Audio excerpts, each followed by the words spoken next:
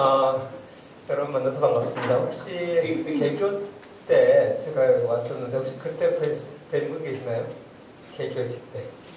네, 한 분 계시네요. 그리고 제 강의를 몇 차례 한 적이 있는데 여러분들 중에 혹시 제 강의를 이미 들으신 분 있으신지요? 한번 손 들어보시죠. 아, 그럼 다행입니다. 또 올고 먹어도 됩니다. 아, 교수들은 이거 맨날 작년에 했던 얘기 또 하고 그래야 되는데 목사님들 참 힘들겠어요. 맨날 똑같은 거 하면 안 되니까.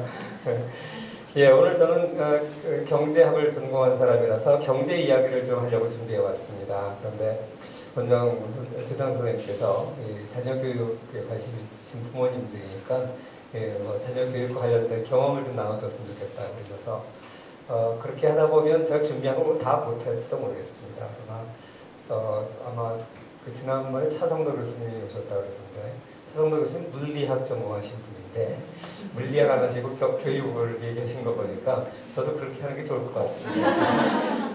저는 이제 제 전공을 살려서 경제 얘기를 해야 좀 폼이 나고 그러려고 했는데 그냥 대부분 다 어린 자녀를 가지신 부모님이신 것 같아서 그냥 진솔한 제 삶의 나눔 이쪽으로 좀 얘기를 하겠습니다. 그러다 보니까 오늘 준비한 거 다 못할 것 같아요.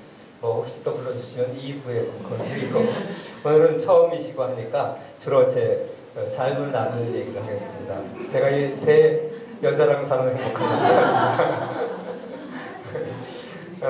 저 뭐 보시다시피 우리 집사람하고 딸 둘입니다. 근데 큰 애가 홈스쿨링을 했어요. 그 중학교 때. 고등학교 때는 이제 얘가 학교를 가겠다고 외로워서 못 살겠다고 그래서 그냥 고등학교는 보냈습니다. 집 앞에는 고등학교로. 지금 이제 대학 졸업했습니다. 이번에 졸업해서 숙대를 졸업했는데 얘랑 같이 이제 홈스쿨링 3명이 시작했어요. 한 명은 원래 이제 유학 보내려고 했던 애인데 저희랑 같이 홈스쿨링 조금 하다가 유학 갔고 나머지 2명은 이제 중학교 마칠 때까지 중학교 때 홈스쿨링을 했습니다. 제가 홈스쿨링을 했던 이유는 요새 그 제일 무서운 게 중학생이잖아요. 북한이 남친 못하는 제일 큰 이유가 중학생이 무서워서 고등학생도 중학생은 무서워하죠. 특히 여자아이들이 고등학교, 중학교 때 욕을 그렇게 많이 하는데 저는 그런 사실을 몰랐습니다. 제가 친구랑 대화하는 걸 제가 몰래 자기씩 본인에게 엿들을 기회가 있었는데 저는 상상도 못할 용어를 쓴 거예요. 제가 쇼크를 받았어요. 그래서 안 되겠다. 이렇게 세상 속에 내버려둬서는 안 되겠구나. 그래서 그 세상을 떨어뜨려야 되겠다. 그래서 온실론과 이 광야론, 그러니까 애를 온실에서 키워서 광야에 내보내는 게 낫냐, 아니면 어차피 광야에 나가려니까 광야에서 처음부터 키우는 게 낫냐. 이거 가지고 저도 고민을 했고, 첫 애는 사실 여기 첫 애가 아닙니다. 첫 애가 또 있어요. 좀 이따 소개해드리겠지만 여기 첫 애를 먼저 보여드릴까요? 얘가 큰 애입니다. 그리고 여기 늦둥이고요. 나이 차이가 많아 보이죠? 18살 차이 납니다. 근데 다 요 여자가 낳습니다. 그렇게 얘기하니까 또 아버지가 다른가 이렇게 제가 하는 점입니다. 아무튼 큰애는 제가 나서 유학을 갔어요. 젊었을 때 일찍 결혼했어요. 26살을 했습니다. 원래 능력 있는 사람들이 일찍 갑니다. 그래서 결혼을 해서 애를 낳아서 유학을 갔고, 그리고 유학 마치고 한국에 와서 교수 되고 나서 이제 좀 안정되고 해서 이제 나도 딸 하나 가졌으면 좋겠다 이렇게 기도했더니 하나님이 탁 그냥 그 다음 달로 딸을 줘서 제가 애 이름 너무 은혜에 감사해서 은혜라고 줬어요. 그러고 나서 11년 후에 전혀 기대도 하지 않았는데 저절로 생겼어요. 그래서 이건 하나님의 은혜의 선물이다. 그 은선이라고 이름을 줬습니다. 그래서 큰애는 이제 나와서 2살 때 미국 유학 가서 공부 중에 키웠고, 한국에 초등학교 1학년 들어올 때 제가 귀국했는데 그래서 키우다가 또 7년 되고 안식년 또 미국 갈 때 데리고 갔어요. 그러니까 둘째 아까 홈스쿨링 하는 애는 한국에서 자랐다가 초등학교를 미국 가서 다닌 거예요. ABCD도 모르는데. 그 첫째는 미국에서 자라다가 기억니은도 모르는데 한국에 들어온 거예요. 전부 아버지 잘못 만나가지고 애들이 엄청 고생했습니다. 근데 그때 제가 젊었으니까 내 앞가름 하기도 바쁘잖아요. 우리가 천방지축으로 그냥 내 학기를 앞가름 하느라고 애들 교육에 신경을 못 썼어요. 그러다 세월이 이렇게 지나가고 나니까 이제 제가 둘째 애가 중학교 갔을 때는 야, 내가 애들 너무 고생시켰구나. 죄책감이 팍 밀려오는 거예요. 그래서 내가 만사를 제치고 교육에 내 말이 맞다고 그래요. 교육에 올인을 해야겠다 이런 생각이 들어서 스쿨링을 경험하고 있습니다. 근데 그때 우리 아이가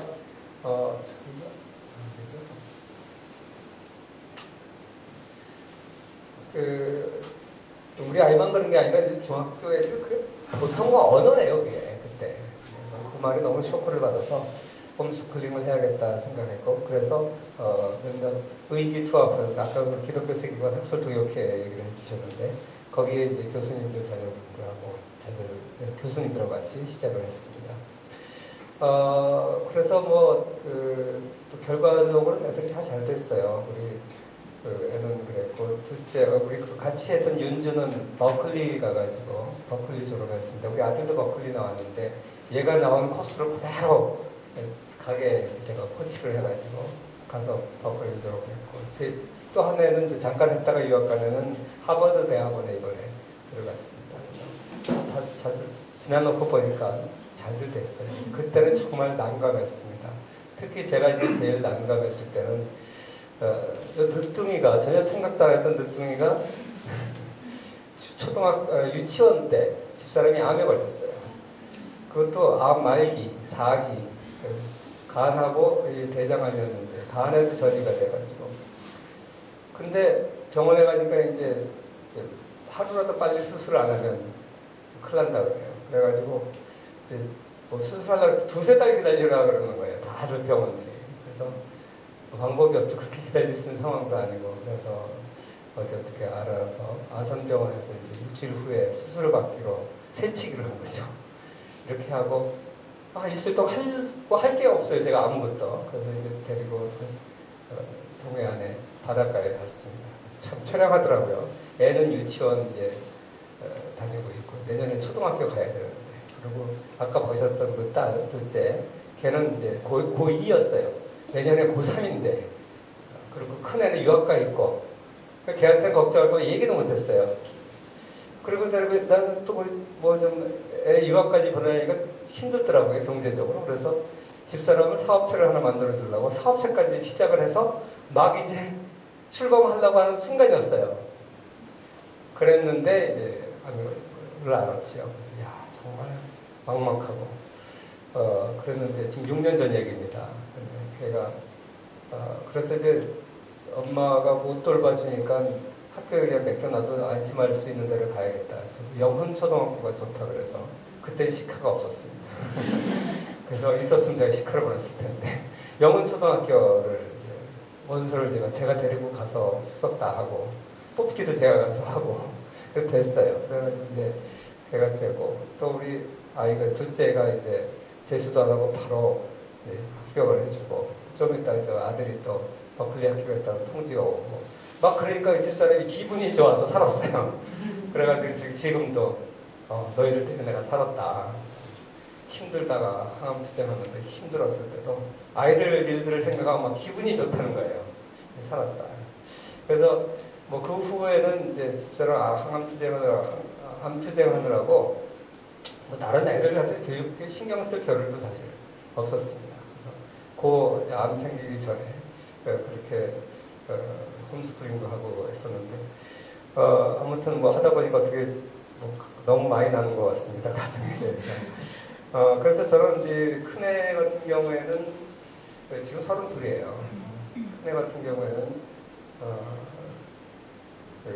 미국에서 유치원도 다니고 유치원, 초등학교, 중학교, 고등학교, 대학교까지 다 경험해봤어요. 이제 학부모로서 홈스쿨링도 해보고 뭐 별거 다 해봤어요. 지금 이제 늦둥이 얘는 2주 전에 미국의 사립 크리스천 스쿨로 갔습니다. 시카에서 좀 받아달랐더니 그런 반이 없다 그래서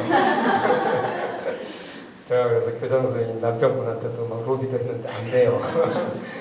학년이 2학년 높아요. 그래서 도무지 안 돼서 제가 이제 이번 학기에 안식 학기를 받았습니다. 그래서 원래 안식년을 신청해서 1년 정도 애를 데리고서 영어 교육 좀 시키려고 했는데, 그래서 대학도 반값 등록금이다 못해서 힘들어요. 그래서 자꾸 잘라요, 깎아요. 그래서 한 학기 받아가지고 애 데리고 방학을 이용해서 이제 집사람이 먼저 갔습니다. 그래서 지금은 이제 제가 졸지에 짤막한 기러기 생활을 하고 있고요.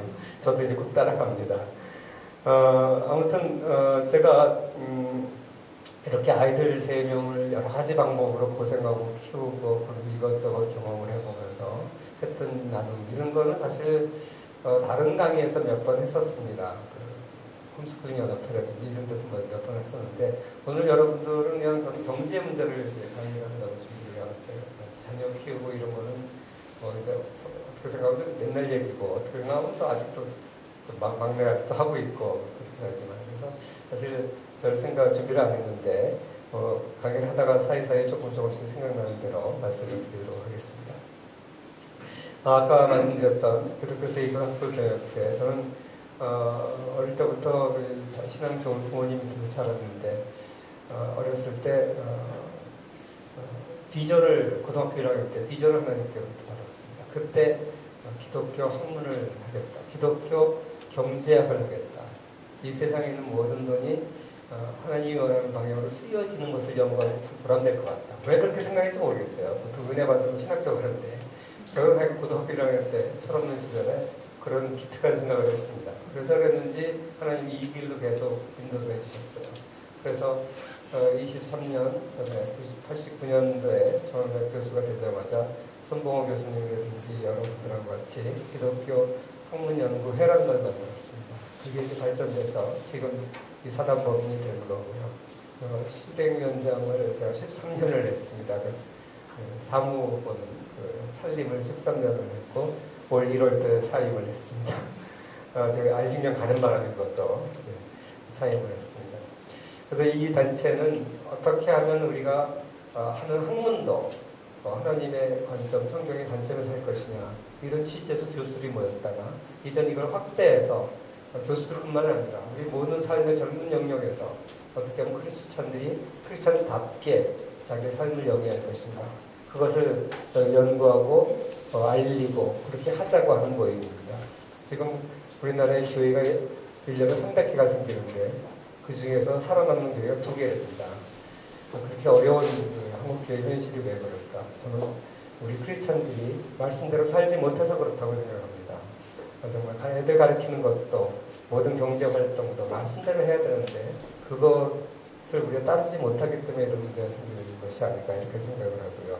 그래서 저희 단체에서 발행하는 잡지가 이 월드뷰라고, 월드뷰, 크리스천 월드뷰를 줄여서 그냥 월드뷰라고 했고, 그래서 기독교 관점에서 살려고 몸부림치는 여러 단체들을 소개하고 활동을 소개하고 격려하고 그런 책임 잡지입니다. 그래서 오늘 오신 분들한테 지난 후지만 1월달에 하나씩 드리려고 가져왔습니다.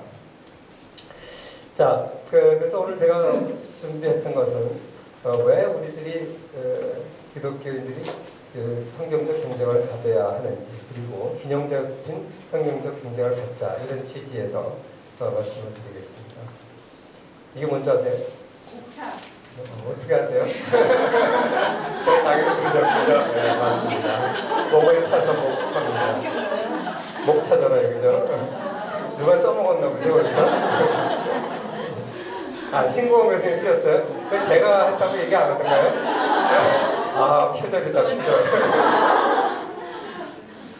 제가 영지원이라고 총신에서 세기반 과정이 있어요, 1학년들. 거기서 제가 강의를 때는 처음 썼어요. 그랬더니 신고원 교수님이 금방 강의 때마다 이걸 전화해야지 안 되겠네.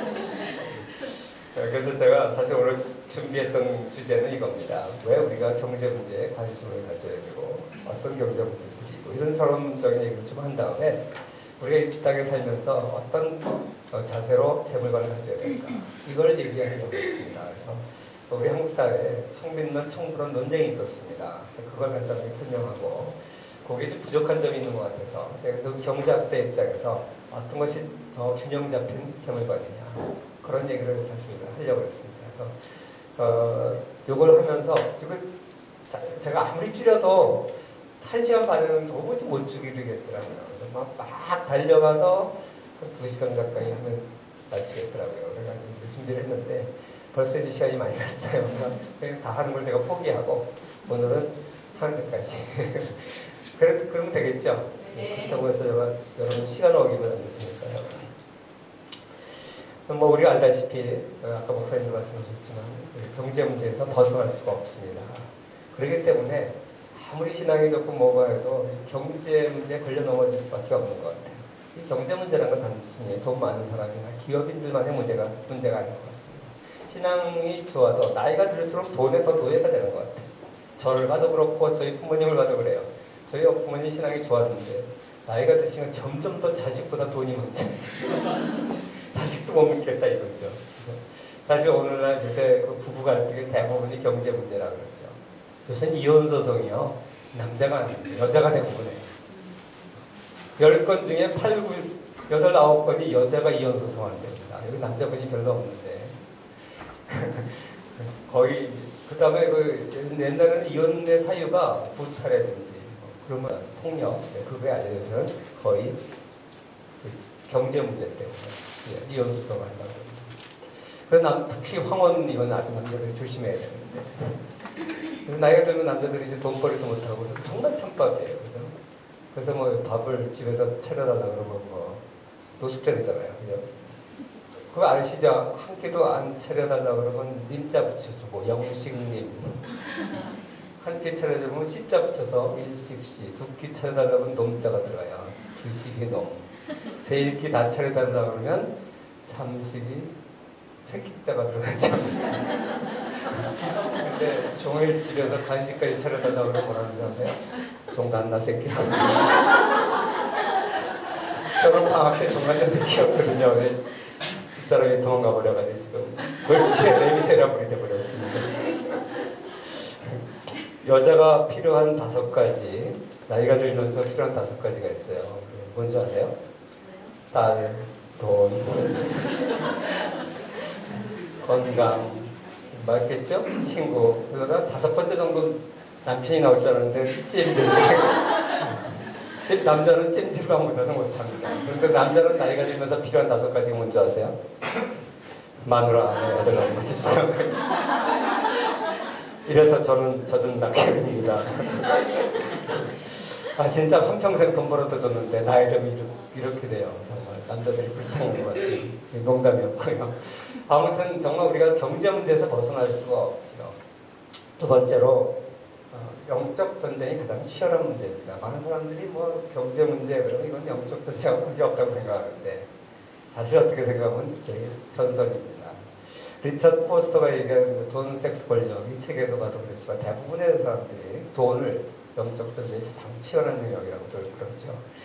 그 다음에 세 번째로 믿음이 좋다고 경제 문제가 해결되냐 그렇지 않은 것 같습니다. 개인도 그렇고 나라도 그래요.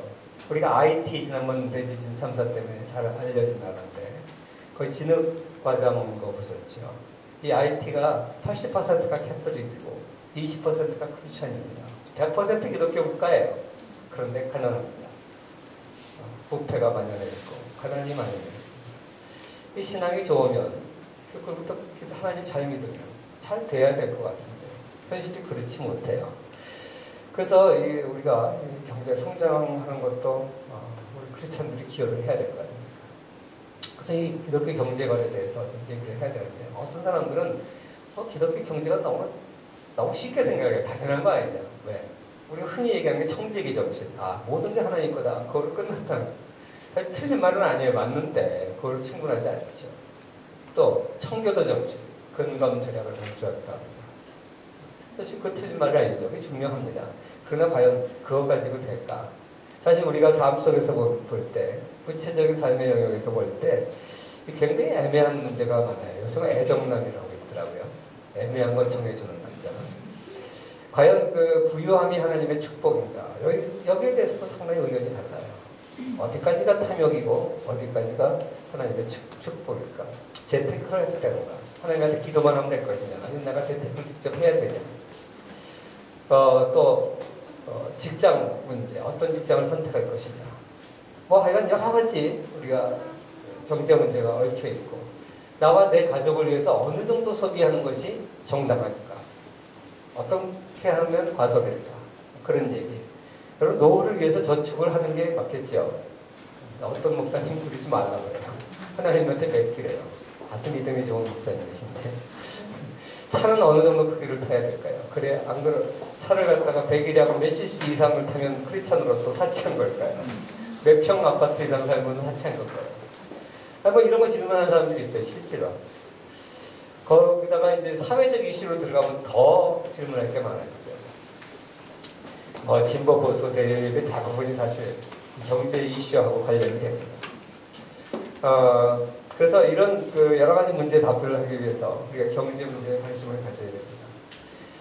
특히 최근에 뭐 최근뿐만이 아닙니다만 이 경제 교육에 우리 사회가 관심이 많습니다.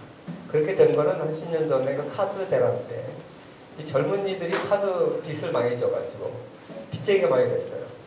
사실 제가 미국에서 교환 교수로 가지고 97년도, 96년도 얘기인데 카드를 발급받으려니까 카드를 안 내주는 거예요. 제가 어려웠던 유학생 시절에는 카드를 발급받았는데 왜냐면 이제 학교에서 조교 수당을 받고 있었으니까 공무원이었어요. 공립학교 다녔으니까. 그래서 카드를 발급받는데 난 지금 그때보다 더 잘 살고 재산도 더 많은데 카드 발급이 안 되는 거예요. 아무리 카드 발급은 백화점 카드도 안 돼요. 그래서 왜 그런가 봤더니 내가 미국에 소득이 없다는 거예요. 내가 한국에 테니어드 프로페서고 내 집이 있고 뭐 어쩌고저쩌고 해도 소용이 없어요. 인정 안 해줘. 한국의 재산은 다 빵이에요, 빵. 그래서 내가 참 미국이 현실하고 확 느끼겠더라고요. 미국에서 난 거짓이야. 그런데 한국에 와보니까 그때 김대중 정부 때 카드 쓰는 걸 격려해가지고 지하경제를 없애고 투명하게 한다고 카드 많이 발급해가지고 대학교 앞에 막 카드 발급을 애들이 서서 그 자리에서 쌓여서 카드 발급을 받더라고요. 그래서 애들이 그냥 빨주 노트판 한 번 카드 다 갖고 있어요. 책색까지 지갑에 꽉 가지고 있어요. 결국 그런 데 사고가 났죠. 그러니까 그래서 이제 신용불량자가 많이 생기면서 이게 경제 교육을 시켜야 되겠구나. 그래서 각 우리 그 기관에서도 전부 뭐 경제 코너들이 많이 생기고 어린이 경제 코너, 신문들도 뭐 경제야 놀자 뭐 해가지고 신문들도 많은 이제 경제 교육을 시키는 것 같습니다. 그 사이에 경제 교육 붐이 일고 있는데 그런데 아직 우리가 효과적으로 경제 교육을 잘 못 시키는 것 같아요. 혹시 여러분 오즈의 마법사 아시죠? 아이들 아마 보여주신 분이 있을 텐데 저도 이제 우리 꼬마 이거 보는 걸 봐서 이 오즈의 마법사를 잘 봤습니다. 근데 이 오즈의 마법사를 쓴 프랭크 바움이 저널리스트 언론인인데 이거 왜 쓴지 아세요? 프랭크 바움이 자기가 살던 시대의 경제 문제를 자녀한테 소개하려고 쓴 소설입니다. 소설이죠, 뭐. 판타지죠, 판타지. 이 스토리는 다 아시죠? 설명을 할 필요가 있을까요? 도로시라는 애가 테네시에서 이 회오리바람, 토네이도 불어가지고 토토라는 강아지를 구하려다가 집하고 날아가가지고 그래서 떨어져서 보니까 떨어진 집이 어느 나쁜 마녀를 깔아먹겠어요. 그래서 그 마녀가 죽는 바람에 봄이 오고 그래서 그 세계에서 막 다 좋아해요. 그래가지고 토토가 이제 자기 집에 돌아갈 수 있는 방법을 모르니까 그 마녀하고 그 동네에 있는 사람들이 잘 모르는데 노란 벽돌길을 따라가면 오즈라는 마을을 만나게 돼. 거기 가면 마법사가 살고 있는데 그 마법사한테 그 집에 가는 방법을 물어봐라. 그러면서 그 깔려 죽은 마녀가 신고 있는 신발을 벗겨서 주죠. 그래서 그 신발을 신고 금빛 노란 벽돌길을 따라가지고 오즈에 도착을 합니다. 근데 그 가는 길에 허수아비를 만나죠. 허수아비는 머리가 비었다고 그래요. 너도 가서 마법사한테 머리를 달라고 하죠. 가다가 주석으로 만든 나무꾼을 만나죠. 깡통. 그래서 자기 심장이 없다 그래요. 너도 마법사한테 가자. 가다 사자를 만나죠. 사자는 용기가 없다 그래요. 너도 가자. 세 친구가 같이 오즈에 도착합니다. 근데 보니까 오즈의 마법사 가짜예요. 그죠? 토토 강아지가 그 비밀을 밝혀내요. 그래가지고 별 실망하고 있는데 그 오즈에 가니까 다른 사람들이 좀 초록색 안경을 쓰고 있어요. 실망하고 있는데 갑자기 좋은 마녀, 처음 만났던 좋은 마녀하고 나타나더니 자기가 이제 가는 방법을 알았다고. 그래서 네가 신고 있는 신발 3번 딱딱딱 치고 소원을 빌어라. 그러면 이제 된다. 그래서 그렇게 했더니 이제 꿈에서 깨어났어요. 아시죠? 요새 후편도 나와서 책이 많죠. 근데 이게 19세기 말에 당시에 프랭크 바움이 살던 시대의 미국의 경제 이야기예요. 이거하고 경제 얘기하고 어떻게 관련되냐 모르시죠? 설명을 드리면 이런 겁니다. 당시 19세기 말에 지금 같은 지독한 불황이었습니다. 여러분 미국의 제일 큰 불황은 대공황을 기억해요. 1929년이죠. 그것보다 30년 전에 19세기 말에 미국이 굉장한 불황이었는데 그건 미국만 그런 게 아니라 전 세계에 그랬어요. 소위 말하는 경제사학자들이 얘기하는 독점 자본주의 시대 때문에 그렇습니다. 경기 변동이 지속되면서 특히 이 농민들이 그때 미국에서 어려웠어요. 왜 그러냐면 미국은 땅덩어리가 넓으니까 기계화가 한국보다 한 100년 먼저 시작됩니다. 그래서 그 콤바인이나 이런 것이 뭐 매코믹 회사 같은 데서 만들어가지고 벌써 110년 전에 미국에서 그 농업 기계화가 끝납니다. 그러니까 사실 농업 그러면 토지 집약적인 산업이라고 생각하는데 굉장히 자본 집약적이어서 기계가 많이 필요해요. 그러니까 농민들은 넓은 땅을 갖고 있는 대신에 다 빚쟁이들이에요. 그 많은 그 비싼 고가의 100년 전에 고가의 기계를 살려고 그러니까 다 빚쟁이죠. 그래서 그걸 뭐 20년 상환, 10년 상환 이런 식으로 기계를 사고 매년 추수 때마다 추수가 되면 이제 얼마씩 갚는 걸로 돼 있는데 디플레이션이 와서 곡물 가격이 폭락한 거예요. 그러니까 빚을 못 갚죠. 그럼 어떻게 됩니까? 저당 잡힌 땅이 넘어가죠. 그래요. 그런 농민이 한둘이 아니라 속출해버린 거예요. 그래서 사회가 요새가 못지않은 대공황 당시 못지않은 소요 사태가 일어난 겁니다. 그 앞장선 사람들이 농민이에요. 농민 노동자. 그래서 이 사람들이 주장했던 건 뭐냐면 이 디플레이션이 특징이 뭡니까? 인플레이션 특징 여러분 잘 알죠? 여러분들이 우리가 살았던 1970년대 이후에 인플레이션을 그렇게 경험 많이 했어요. 인플레이션이 되면 돈 가치가 떨어지죠. 그죠? 물가가 올리면 돈 가치가 떨어져요. 그건 누가 이익 봅니까? 빚쟁이가 이익 봅니까? 빚 낸 사람이, 돈 빌려준 사람이 이익 봅니까? 빚쟁이가 이익이에요. 돈의 가치가 떨어졌으니까 내가 1억 빚들었는데 1억의 가치가 떨어졌으니까 돈 빌린 사람이 이익이죠. 근데 디플레이션 때는 어떻게 했어요? 내가 빌린 돈보다 가치가 올라가 버리는 게 디플레이션이죠. 인플레이션에 맞는 거예요. 그러니까 돈의 가치가 올라가니까 농민들이 죽겠는 거예요. 그 돈 가치를 다시 떨어뜨려라. 돈 가치를 떨어뜨리려면 돈을 많이 만들어내야죠. 근데 당시는 근본이 시대입니다. 돈 가치를 뭐 요새같이 정부가 한국은행이 막 발행할 수 있는 시대가 아니에요. 그 미국 사회에 존재하는 돈의 양이, 금의 양이 돈의 양이에요. 그러니까 뭐 이 사람들이 요구한 게 뭐냐면 은도 화폐로 인정해라. 그래서 금, 은, 복수, 본위제를 주장해. 그래서 은도 화폐가 되면 통화량이 많아지니까 돈의 가치가 떨어지죠. 그럼 자기 빚 부담이 떨어지죠. 물가가 올라가요. 그러면 농산물 가격이 올라가니까 빚 갚기 쉽죠. 또 불환지폐를 발행해라. 불환지폐라는 게 뭐냐면 그 금하고 안 바꿔주는 화폐. 남북전쟁 당시에 1860년대 북군 정부가 전쟁 경비를 수행하려고 불환지폐를 발행을 했어요. 그거는 이제 금하고 안 바꿔주는 돈이에요. 요새는 금하고 다 바꿔주는 돈이 없지만 옛날에는 종이 쪽지에 불과한 돈이 가치를 지니기 위해서 금하고 바꿔주기 때문에 가치를 지녔습니다. 그랬는데 전쟁할 때는 뭐 그런 거 저런 거 따질 겨를이 없잖아요. 그러니까 그냥 막 불안지폐를 발행을 했었는데 남북전쟁 당시에 그 발행한 그런 불안지폐가 그린백이라고 그랬어요. 아마 그 뒷면이 초록색이었던 모양이죠. 그 그린백이라는 별명이 붙었어요. 그린백을 다시 발행해라. 그린백 운동하고 금은 복수 본위제를 주장을 했습니다. 자, 그랬던 시대인데 그리고 이제 대통령 선거가 있었어요. 그 대통령 선거에서 민주당, 미국에선 진보가 민주당이죠. 민주당은 브리앙이라고 하는 후보가 나와서 내가 대통령이 되면 금은 복수 본위제를 하겠다. 이렇게 농민과 노동자들의 편을 들었어요. 반면에 동부 은행가들의 편을 들은 공화당, 우리나라로 치면 새누리당이죠. 보수. 공화당 대표 이름이 뭐더라? 그 사람은 근본이제를 고수하겠다. 그래 대통령 선거가 벌어졌어요. 그런데 결국 민주당이 졌습니다. 자, 이 시대 상황을 그대로 여기 들어가 있어요. 여기서 나왔을 때도 노란 벽돌길 있죠? 노란 길이 근본이제입니다. 그리고 오즈가 백악관입니다. 워싱턴 DC죠.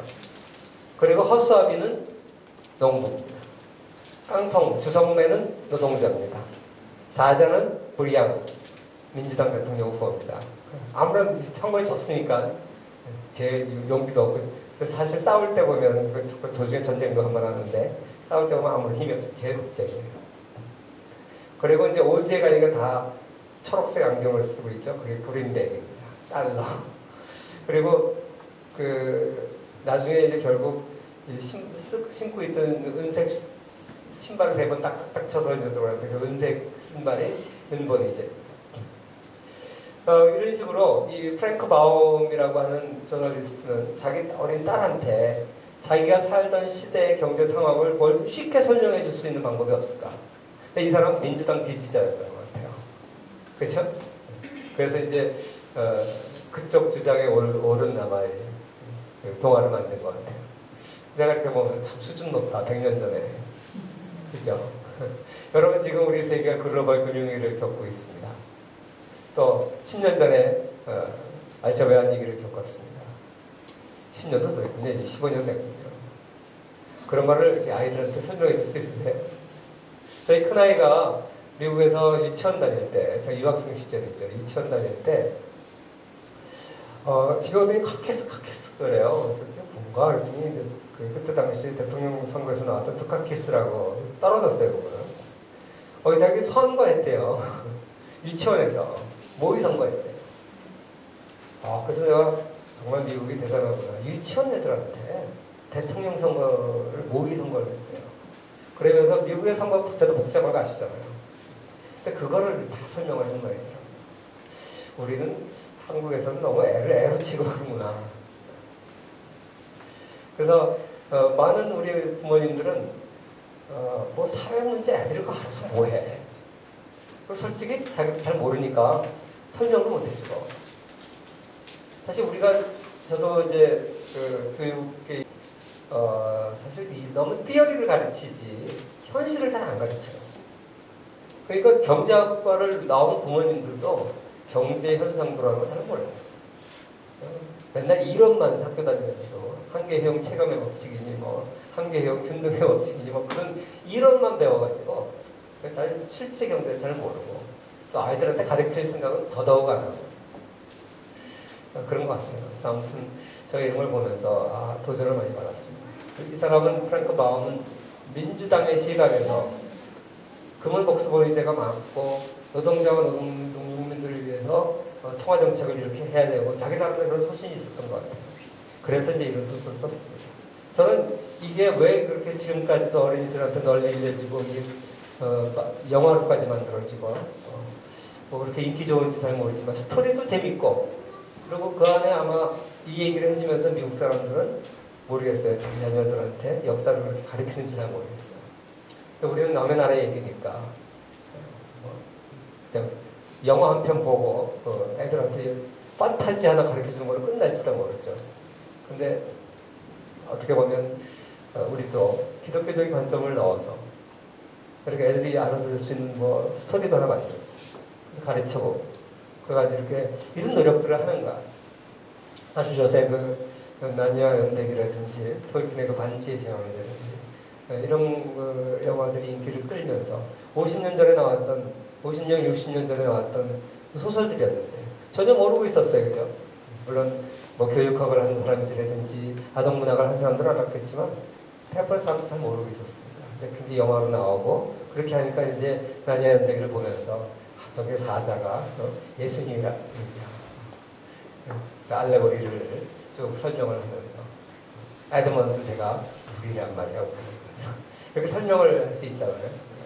그런 식으로 우리가 자녀들한테 올바른 재물관을 갖게 하는 것도 좋고 또 중요하지만 또 사회 경제에 돌아가는 것도 이해를 해야 되고 그래야 뭐 가르칠 거 아닙니까? 그런 차원에서 봤을 때 우리가 경제에 대해서 우리 어른들이 먼저 올바른 인식을 가져야 되지 않을까 이렇게 생각합니다. 그 다음에 이제 그 경제 문제에 대해서 좀 정리를 좀 해봤어요. 어떤 경제 문제들이 있는가. 사실 우리가 성경에서 우리 크리스천들이 어떤 경제 문제에 대한 시사점이랄까? 이걸 발견해낸다고 했을 때 굉장히 조심해야 됩니다. 왜냐하면 성경이 기록되던 2000년 전 또는 구약이 기록되던 3500년 전의 경제 상황과 지금의 상황이 굉장히 다르잖아요. 그걸 분명히 인식을 하고 성경에서 어떤 원리들을 끄집어내야죠. 많은 경우에 그러지 않아요. 어떤 분들은 너무 극단적으로 성경대로 하려고 해서 참 이상한 우스꽝스러운 해법을 제시하는 사람들도 많습니다. 과거의 경제 문제를 보면 과거는 절대적 빈곤의 시대였습니다. 사실 문자 그대로 굶어 죽던 그 전쟁이 얼마나 많은지 한 세대 살면서 전쟁 없이 한평생 살기가 거의 불가능했었죠. 왜 과거에는 이렇게 전쟁이 많았을까요? 물론 지금도 지구 전체적으로서 어딘가에 전쟁이 일어나고 있습니다만 적어도 우리가 살았던 시대에는 전쟁이 없었습니다. 너의 나라에서는 있었고 우리나라에서는 거기 가서 전쟁은 했지만 내가 살고 있는 이 땅에서는 전쟁이 없었어요. 근데 과거에는 왜 이렇게 전쟁이 많았을까요? 그거는 남들보다 잘 살려면 그때 생산 요소가 토지하고 사람밖에 없었어요. 남들보다 잘 살려면 전쟁에서 뺏어올 수밖에 없어요. 그러니까 남보다 잘 사는 게 별로 그렇게 명예로운 얘기도 아니었고, 그리고 흉년이 오고 자연재해가 오고 어려운 때가 되면 그 어려운 때를 대비하는 방법은 남을 쳐서 정복하고 그 수밖에 없는 거죠.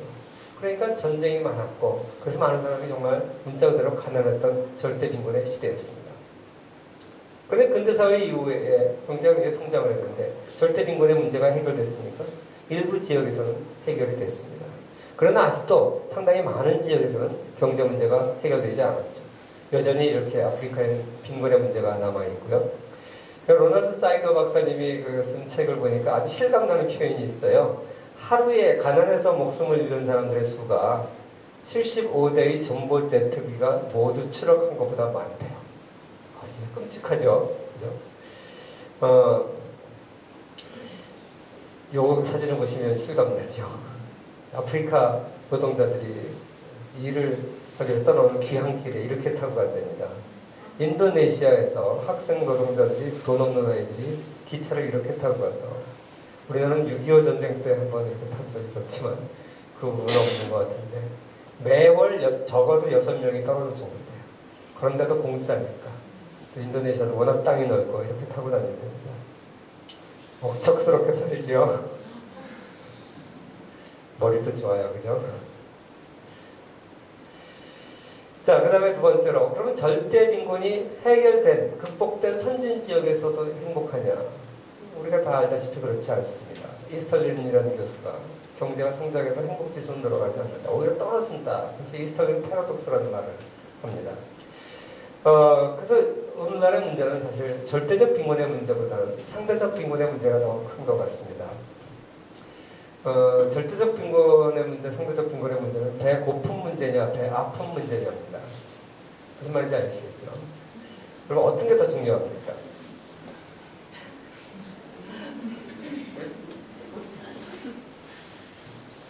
절대적 빈곤. 마치 제 강의를 들은 것처럼 정확하게 맞추세요. 많은 곳에 가서 얘기하면 상대적 빈곤이라고 해요. 그죠?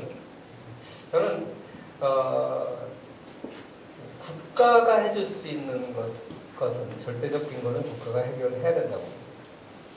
사실 우리 정도 소득이 되는 나라에서 돈이 없어서 굶어 죽는 사람이 있다. 그러면 상당히 국가적인 수치죠. 사실 얼마 전에 일본에서 굶어 죽은 시체가 이렇게 몇 달 지나고 나서 발견된 예가 더 있었습니다. 그래서 심지어 이 가족이 굶어 죽어서 그래야지 일본이 다 극주집혔습니다. 개인주의적 성향 이런 거에 대한 자성의 목소리가 굉장히 많았었는데요. 아무튼 이 일본, 한국 이런 이 정도 되는 나라가 굶어 죽는다든지 돈이 없어서 치료를 못 받는다든지 이런 거에 대해서는 국가가 어느 정도 책임이 있다고 생각합니다. 그러나 정부가 이 상대적 빈곤의 문제 배 아픈 문제까지는 절대 해결해 줄 수 없다고 생각합니다. 왜 그럴까요?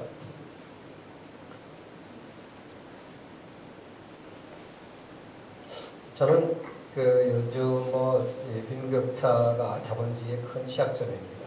그래서 갈수록 빈부격차가 커지고, 그래서 자본주의 4.0 톨레스키 교수 같은 경우는 자본주의 4.0, 그래서 이걸 갖다 우리가 해결을 해야 된다. 따뜻한 자본주의, 이거 줄이는 방법을 연구해야 된다. 이런 얘기를 많이 합니다. 40일 때. 아무리 그래도 저는 절대 상대적 빈곤의 문제는 국가에다가 해결을 기대하면 안 된다고 봅니다. 왜냐하면 상대적 빈곤의 문제는 결국 우리 마음의 문제고 비교해서 오는 것이기 때문에요. 제 얘기를 한번 좀 하면, 제 사는 집 옆에 저는 골프 연수장이 있습니다. 집사람하고 이제 거기 지나가는데, 아직 벤츠 S500 제일 대형 벤츠에서 젊은 여자가 내서 골프백을 팍 메고 들어가는 거예요. 그 집사람이 이렇게 보더니 나이도 젊어 보이는데 저다가 봐도 한 30대 후반이나 40대 쓸라나. 그런데 집사람이 보는 나이도 젊은 것이, 그래서 저를 아래에서 싹 째려봐요. 되게 기분 나쁘더라고요. 여자분들 그러지 마세요. 아니 내가 월급을 띄어먹었어. 어때서 내가 뭘 잘못해줬다고. 근데 사실 내가 벤츠를 못 사준 것도 아니고, 골프장을 마음대로 다니게 해준 것도 아니고, 할 말은 없어요. 근데, 속이 상한 거예요. 근데 그렇다고 해서 반박도 못하고, 하고 가는데 몇 발짝 걷다가 저는 딱 생각이 났어요. 당신 내 옆에 방에 있는 교수, 김한무개 교수가 얼마 전에 결혼했는데, 도대체 자기가 어떻게 아냐고 그러더라고요. 그 사람이 누구랑 결혼했는지 모르지? 모른대요. 그래서 여자 의사랑 결혼했거든. 근데 탁 째려보면서 아니 이 교수가 딱 이제 한 얘기가 그거예요. 자기 신혼여행 갔다 와가지고 40 넘어서 결혼했거든요. 나이 들어서 결혼했는데 신혼여행 갔다 와가지고 이제 월급 통장을 많이 줬대요. 그래서 이제 부부가 됐으니까 이제 딴 주머니 채지 말고 부부가 하나가 돼야 되니까 당신이 통장 관리해라. 통장을 딱 줬대요. 부인이 이렇게 뒤져보더래요. 그러더니 중앙대학교 이렇게 얼마 들어왔는지 찍힌 걸 딱 보더래요. X를 딱 보더니 그거 많이 이제 되돌려주면서 우리 아직 애도 없고 두 식구가 먹어야 얼마나 먹냐. 그러니까 이 생활비는 내가 알아서 할 텐데 이건 당신 잡비로나 쓰세요. 나중에 알고 보니까 이 와이프 월급이 자기 월급 3배돼요. 합하면 나누면 손해잖아요, 여자가. 그러니까 이 똑똑한 와이프가 절대 안 넘어가죠. 그러니까 내 월급 봉투 탐내지 마라. 이걸 딱 돌려주더래요. 이 얘기를 하는데 내가 속이 배알이 트들려가지고, 우리 집사람 전업주부였거든요. 거기다 난 애가 셋인데. 근데, 속상하잖아요. 그러니까 거기다가 더 염장질 하는 게요. 그 친구가 지나가다 보니까 혼자서 도시락 먹고 있더라고요. 바로 옆에 방이니까. 그래서 내가, 교수식당하고 여기서 청승 맞고 혼자 도시락이냐 그랬더니, 자기 와이프가 이 교수식당에서 나오는 음식이 식기를 제대로 씻질 않아서 퐁퐁 나는데, 그게 남아있어서 몸에 해로우니까 도시락 퐁 먹으라. 맨날 도시락 싸줬다는 거예요. 와, 저는 도시락 한 번도 싸준 적 없거든요. 도시락 싸달라고 그러면 요새 노숙자 되는 거 아시죠? 그래가지고 그냥 그런 부러운 마음이 싹 있었는데, 그 집에 와서 그런 얘기 했다면 또 큰일 날 것 같고, 1, 2차 세계대전 것 같고, 그래서 얘기도 못하고 이제 있었는데, 그냥 이런 얘기 하길래 잘 됐다 그래가지고 다 풀어냈죠. 이 집사람이 탁 걸어가더니 다시 팔짱을 착 해도 내가 뭐라 그랬는데. 그래서 이게 비교해서 오는 거거든요. 그러니까 비교 안 하면 전혀 불행할 이유가 없는데, 괜히 비교하니까 이제 불행한 거예요. 인간의 상대적 빈곤의 문제는 비교해서 오는 것이고요. 비교를 해도 지보다 못한 사람하고 비교하면 늘 우리는 행복해질 수 있어요. 근데 못한 사람하고 비교할 때는 언제인가요? 애들이 성적표 갖고 올 때. 이때밖에 없어요. 항상 지보다 나은 처지의 사람을 비교해서 스스로를 불행하고 구렁텅이로 몰아넣는 게 인간의 모습인 것 같아요. 그래서 이거는 절대 나라님이 해결해 줄 수가 없습니다. 물론 저는 이 교육에 대해서는 조금 생각이 다릅니다. 나온 김에 제가 준비한 건 아닌데, 요새 이 교육에 대해서 보편적 복지를 할 거냐 말 거냐 이거 이제 갈등이 많죠. 저는 이제 미국에서 애들 교육시켜봤는데 미국은 굉장히 시장 경제 원리대로 교육을 시킵니다. 특히 밀턴 프리드만 같은 굉장히 극단적인 신약론자들의 주장은 왜 자녀 없는 부모가 남의 자녀 애까지 교육비를 대줘야 되냐. 말도 안 된다. 자기 자녀 자기가 교육시키면 옳다. 그러지 않으면 교육이 지나치게 많은 낭비가 있고 사회적으로 명확하지 않다. 자원의 알로케이션, 자원 분배가 적절하지 않다. 이렇게 주장을 합니다. 반면에 유럽에 가서 유럽은 교육비가 다 공짜죠. 정말 그 사회가 다 모든 보편적 복지로 다 해줍니다. 양쪽은 극단인데 한국은 보면은 미국보다는 이제 교육비가 좀 싼 편이죠. 대학 같은 경우에. 물론 이제 초등학교는 비슷하죠. 어차피 여기 무료니까. 근데 대학은 제가 한국은 미국보다 훨씬 쌉니다. 반면에 유럽보다 훨씬 비싸죠. 그래서 이제 이 교육 복지를 어떻게 하는 것이 옳으냐 이런 얘기를 하는데 저는 유럽 모델이 맞는 것 같아요. 왜 그러냐면 사실 이 젊은이 요새 우리가 고령화 사회가 심각한 사회 문제인데 제가 시간이 나오면 얘기를 하겠지만 앞으로 미래 시대의 제일 큰 문제가 고령화 문제입니다. 요새 뭐 신문에서도 100세 쇼크니 뭐니 해가지고 고령화 사회를 많이 다루고 있습니다. 그것보다 더 심각합니다. 신문에서 나온 것보다 훨씬 더 앞으로 고령화 사회가 더 심각합니다. 그런데 이 고령화 사회에서 이 젊은 사람들이라는 것은 이건 어떻게 보면 공유재산이에요. 공유재산. 우리가 돈이 아무리 많아도 내가 돈이 많아도 누가 젊은 사람들이 일을 해줘서 생산을 해줘야 이거 쓰지요. 그죠? 그러니까 이 생산 가능 인구라는 것은 어떻게 보면 사회 자산입니다. 그런데 자녀를 키우는 부모들은 어때요? 우선 자녀 교육비 들죠. 또 맞벌이 못 하잖아요. 애 교육시켜야 되니까. 여기 계신 분들은 거의 다 맞벌이 아니시죠? 그러니까 내가 돈 못 벌어. 거기다 돈 들어. 그런데 그 애 없는 사람은 맞벌이해서 돈 벌어. 교육비도 안 들어. 그리고 누리기만 해. 그건 말도 안 되죠. 그러니까 저는 교육은 나라에서 시켜주는 게 맞습니다. 물론 이제 어느 수준 이상의 더 좋은 교육을 시키려고 자기가 더 투자하는 건 개인의 몫이겠죠. 그러니까 가급적이면 교육 문제만은 보편적 복지로 가는 게 맞습니다. 그런데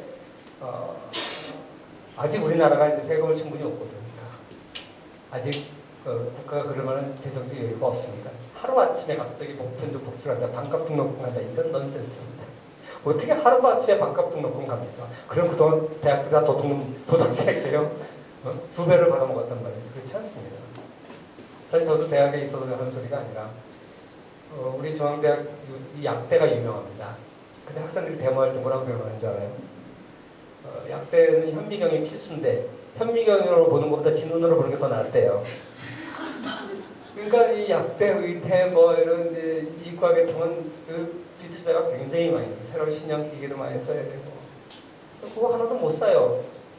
우리 식품가공학과 요구르트 만드는 그 학과 교수님 얘기를 들어보니까 맨날 자기 하는 일은 이 공장 다니면서 쓰다가 버리는 기계 그거 유치해서 실습용으로 유치해오는 게 일이에요.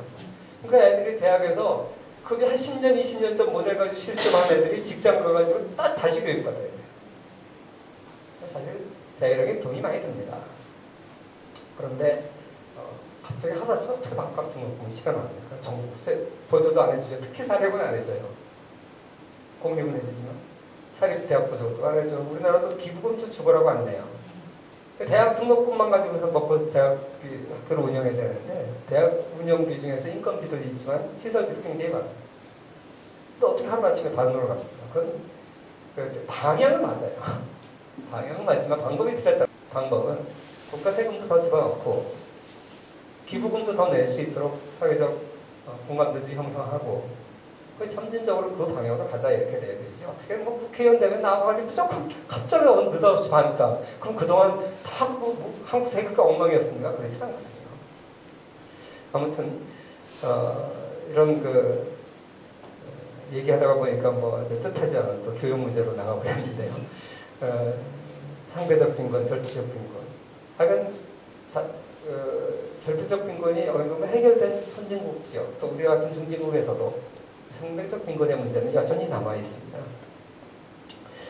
그 다음에 경기 변동이 올 때마다 잘 사는 나라에서도 여전히 많은 가난한 사람들이 피해를 봅니다. 지난 20년 동안 우리나라 중산층이 파괴됐다. 이런 얘기는 여러분 많이 들으셨죠. 지난 실질적으로 통계를 보면 지난 20년 동안 중산층의 비중이 약 10% 가까이 떨어졌습니다.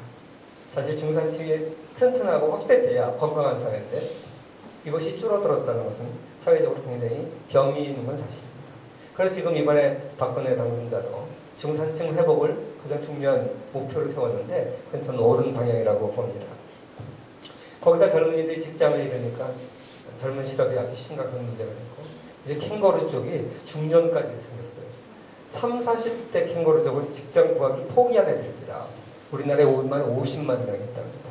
저도 아는 사람이 그런 분이 70이 넘으셨는데 30대 아들 때문에 70살 된 아버지가 여전히 일을 해요. 그게 우리나라 지금 현실이죠. 우리나라만 캥거루족이 있는 줄 알았는데 세계가 있더라고요. 미국에서는 트윅스터라고 부른대요. 비트윈 트윅스터. 캐나다에서는 부메랑 키즈 돌아온다고. 영국에서는 키퍼스가 뭔가 봤더니 속어더라고요. 건방진놈 이런 뜻이래요.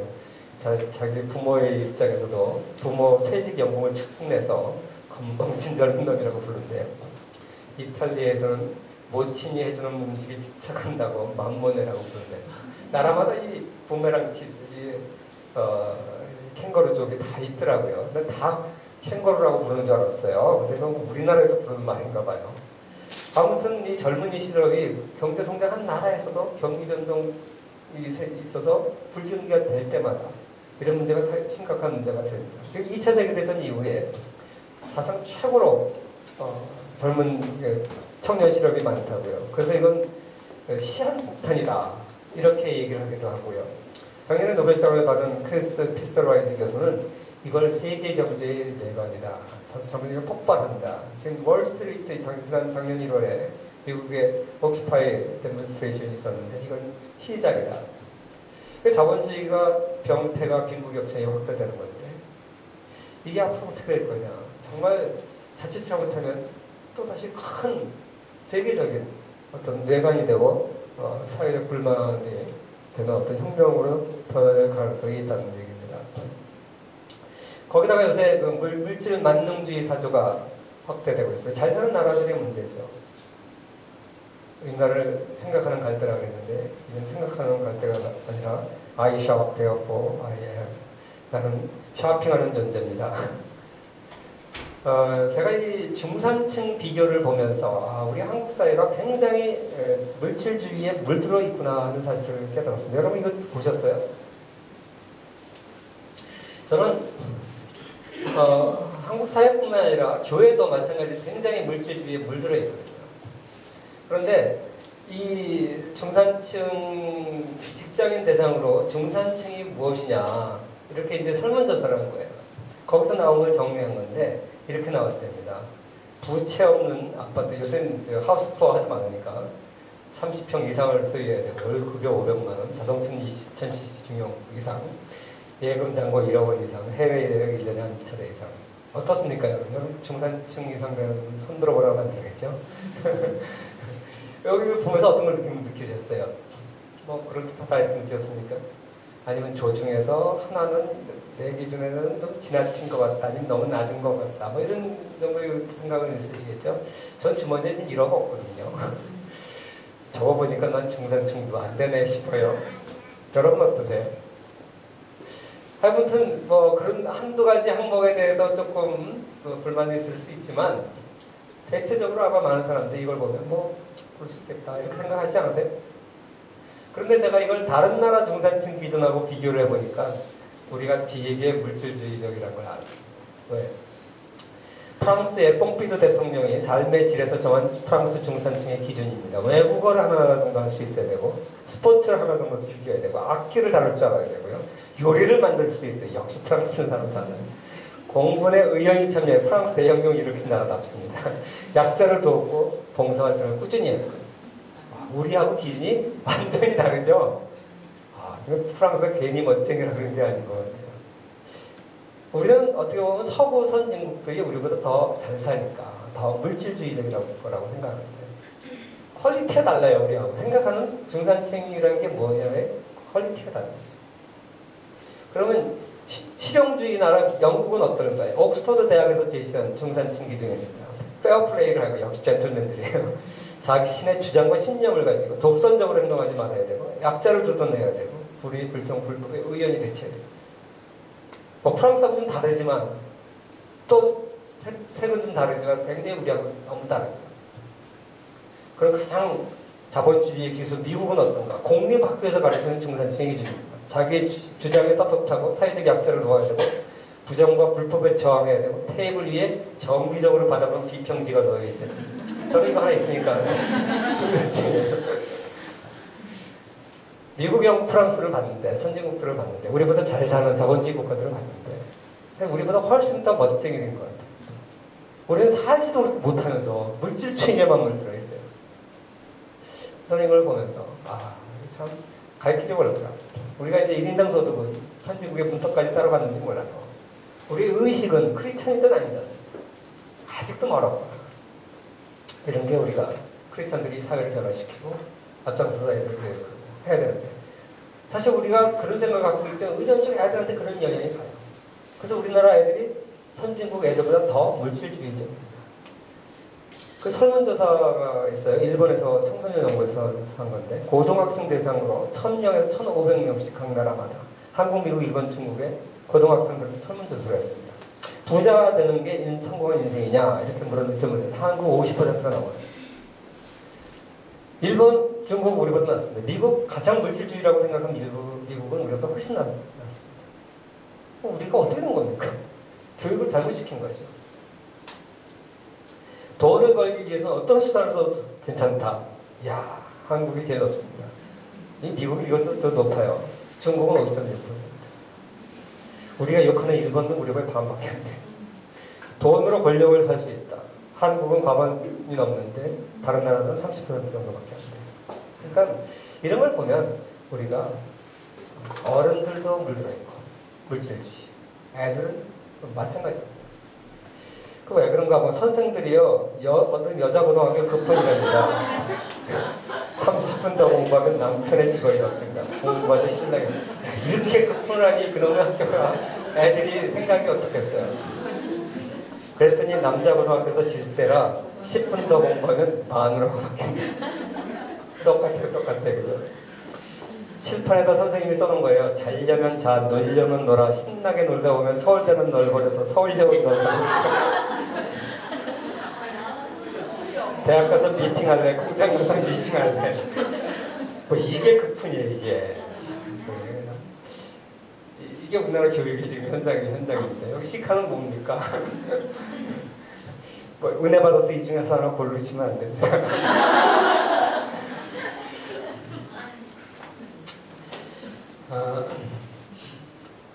자, 제가 이제 과거의 경제 문제, 현대의 경제 문제를 봤는데요. 앞으로 어떤 경제 문제가 있을 것이냐. 뭐 현대 문제가 없어지진 않을 겁니다. 앞으로 사회가 그대로 가겠지요. 근데 여기 한 가지 더 추가가 됩니다. 그 추가가 되는 게 뭘까? 뭐 미래 사회에 대해서 여러 가지 얘기들을 합니다. 그 얘기를 하기 위해서 여러분 여기 세 가지 사항에 공통점이 뭔지 한번 보세요. 100년 기업 GM의 몰락사요. 한때 세계 최고의 1등 기업이었습니다. 유럽에서 복지국가 이념이 쇠퇴하는 이유는 뭡니까? 자본주의 약점을 보호하는 게 복지국가였는데 쇠퇴하고 있어요. 포기하고 있어요. 이유가 뭘까?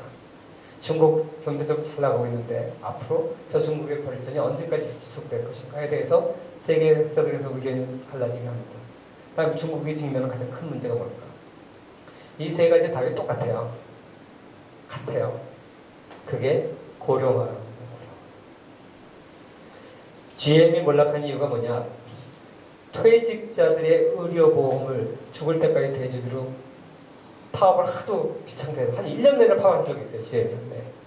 그러면서 요구한 게 미국은 워낙 그 의료보험이 비싸니까 퇴직하면 병원 못 가요. 의료보험이 비싸서.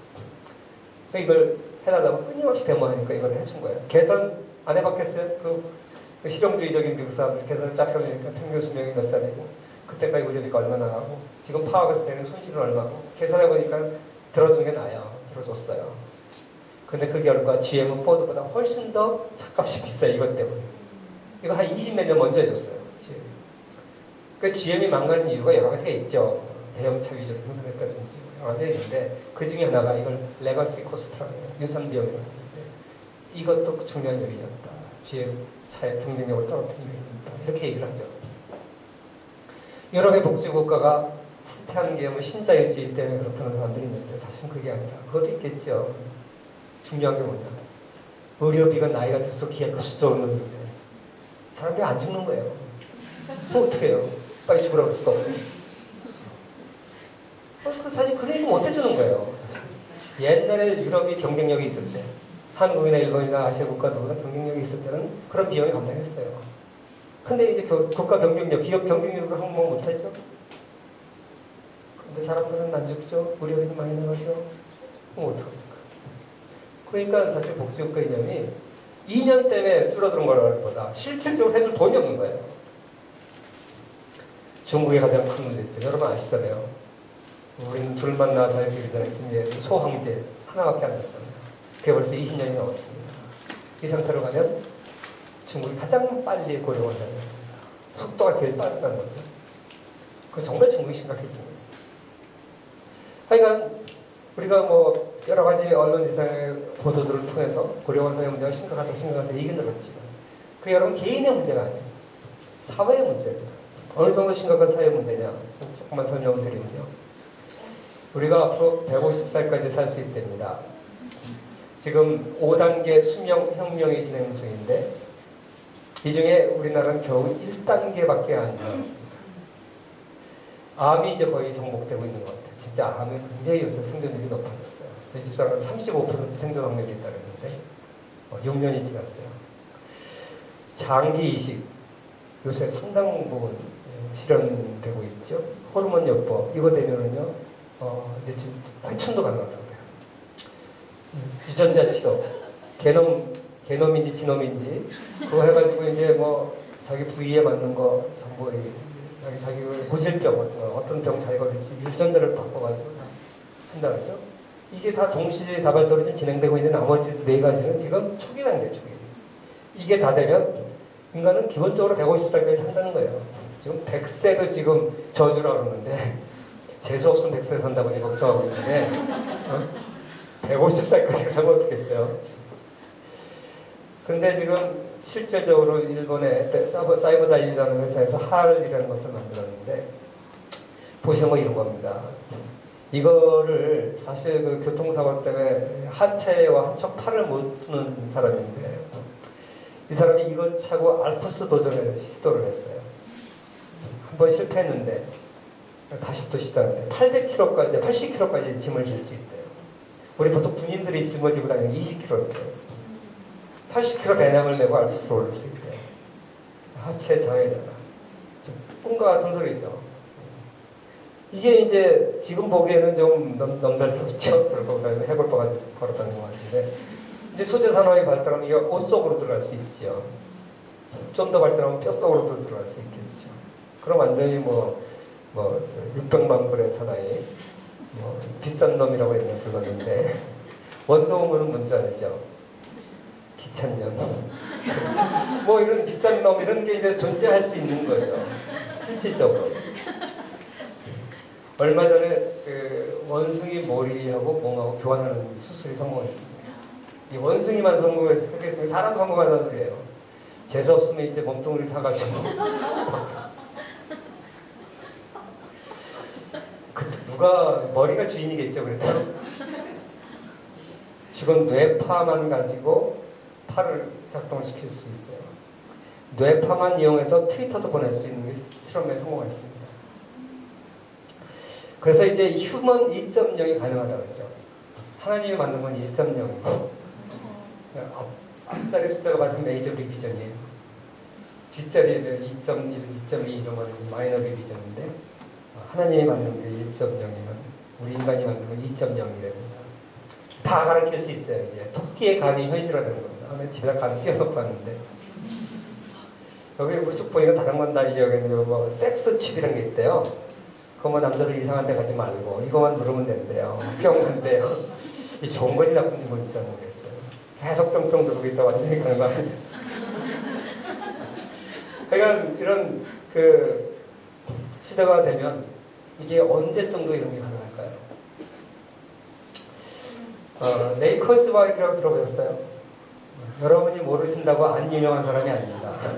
이 사람 되게 유명한 사람이거든요. 에디슨은 아시죠? 왜 100년 넘은 준 에디슨을 알면서 지금 현대 에디슨은 모르세요? 이 사람 무지하게 유명한 사람이에요. 왜? 박사기를 5개예요. 그리고 이 사람이 쓴 책이 있는데 그 Singularity is near. Singularity가 뭐냐면요. 우리나라에서는 특이점이라고 번역을 했어요. 이 책을 한국책이 이렇게 두꺼워요. 인간은 점점 로봇 따와가지고 로봇은 점점 인간 같아지고 그 둘이 딱 만나는 시점이 있어요. 그게 Singularity 포인트. 그 소리가 뭐예요? 인간이 영원히 사는 시점이죠. 근데 그게 가깝다는 거예요. 그게 몇 년일까? 이 사람 얘기는 과학기술이 급수적으로 발전하기 때문에 2045년입니다. 제가 이렇게 얘기하니까 무슨 우주 공상 과학자를 갖다가 이상한 사람도 소개한다고 생각하실지 모르겠는데요. 재작년에 타임즈 표지 모델이었습니다. 그리고 여기 나사 알죠? 스크루드라이브 나사 말고 이우주항공국 나사하고 구글하고 여기서 우리나라 카이스트 같은 학교를 만들었는데 그 대학의 이름이 뭔지 아세요? 바로 Singularity University. 그리고 초대 총장으로 커즈와일 박사를 모셨습니다. 안 믿으실까봐 내가 홈페이지로 퍼왔습니다. Singularity University. 이쯤이면 공상과학자가 아니죠. 진짜 미국의 명예의 전당에 올라가 있는 유명한 사람입니다. 그게 가능하니까 그런 거예요. 이 사람뿐만이 아니에요. 지금 이런 얘기를 하는 사람이 노화 이론과 뭐 과학 죽음을 죽이다. 여러 가지 사람들이 과학자들이 이렇게 이해를 합니다. 앞으로 2045년 몇 년 남았습니까? 30여 년 남았습니다. 그때까지 여러분 보니까 사실 것 같으네요. 저는 조금 어려울 것 같은데 잘하면 가능할지도 모르겠어요. 너무 실망하지 마세요. 왜? 나이가 들어도 가능합니다. 냉동인간이 있으니까요. 물리학자 에팅거라는 사람이 냉동고를 만들었어요. 지금 현재 그 2045년까지 못 살 사람한테 여기다 집어넣는 거예요. 그래가지고 과학기술이 발달할 때 기다렸다가 그때 해동시켜가지고 다시 회춘시키는 거예요. 그게 과학적으로 가능하답니다.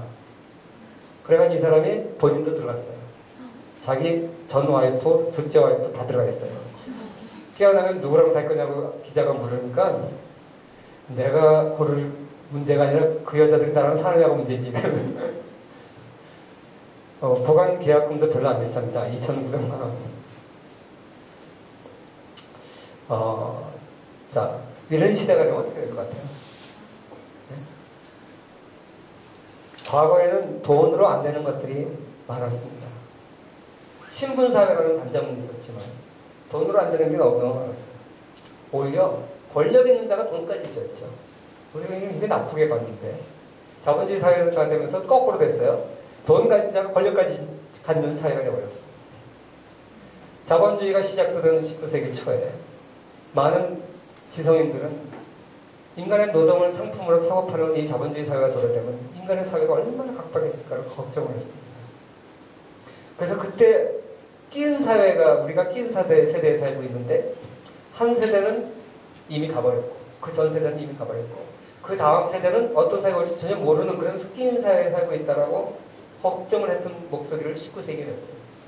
지금 우리는 그거보다 더해요. 이미 산업사회는 갔습니다. 근데 앞으로 올 사회 인터넷이 이렇게 세상을 변화시켰는데 이건 약과예요. 의료혁명이 변화시킬 사회는 어마어마하게 큰 사회가 되는 겁니다.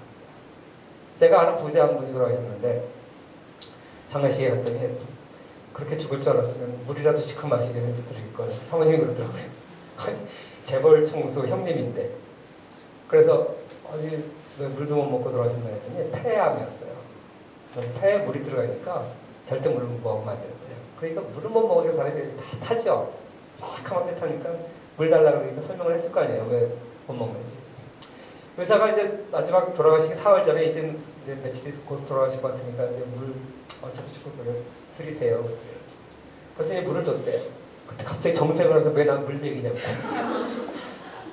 의심은 이제 나 죽으란 말이냐 이제 이런. 그때 그분 나이가 93세였어요.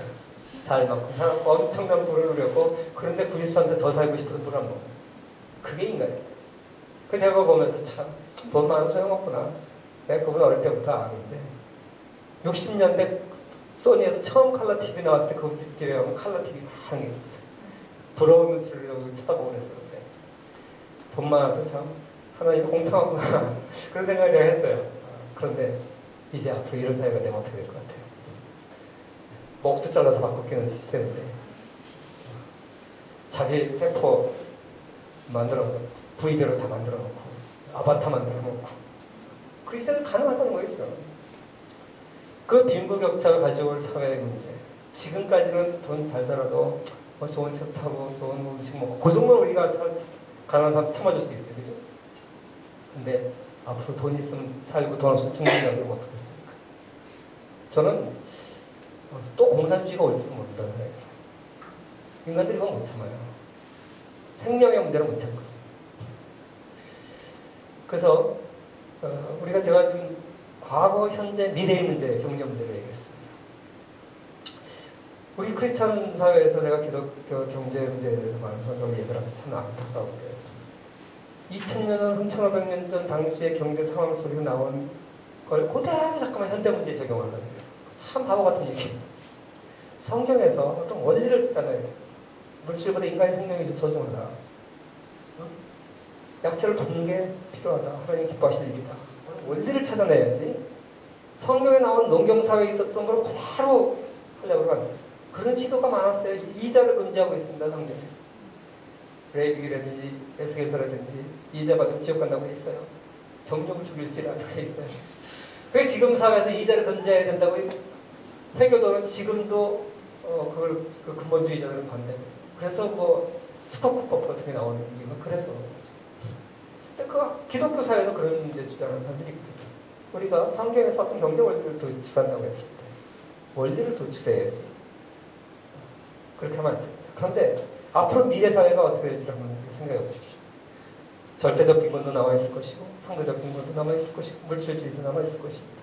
거기다 더해서 이제는 생명의 문제까지 포함이 됩니다.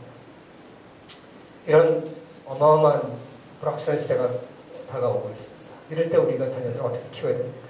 우리가 자라났던 시대보다 훨씬 더 심각한 빈부격차의 문제와 이런 문제에 여러분 우리 사회에 노출될 겁니다. 우리가 어떻게 키워야 되겠습니까? 저는 우선 우리 부모들이 정확한 가치관을 갖는 게 좀 소중하다고. 그 사회 이슈에 대해서 민감하게 알아야 돼요. 그래야 올바른 교육을 시킬 수 있다고 생각합니다. 제가 이제 여기까지 하니까 이제 1시간 25분이 됐습니다. 그래서 나머지는 뭐 다음에 기회가 되면 사실 이게 서론이었거든요. 제가 전체 슬라이드가 230 몇 개인데 지금 딱 66개 했습니다. 그러니까 뭐 한 번에 다 할 수는 없고요. 요 정도 얘기를 하고 혹시 시간이 뭐 한 5분 정도 남았는데요.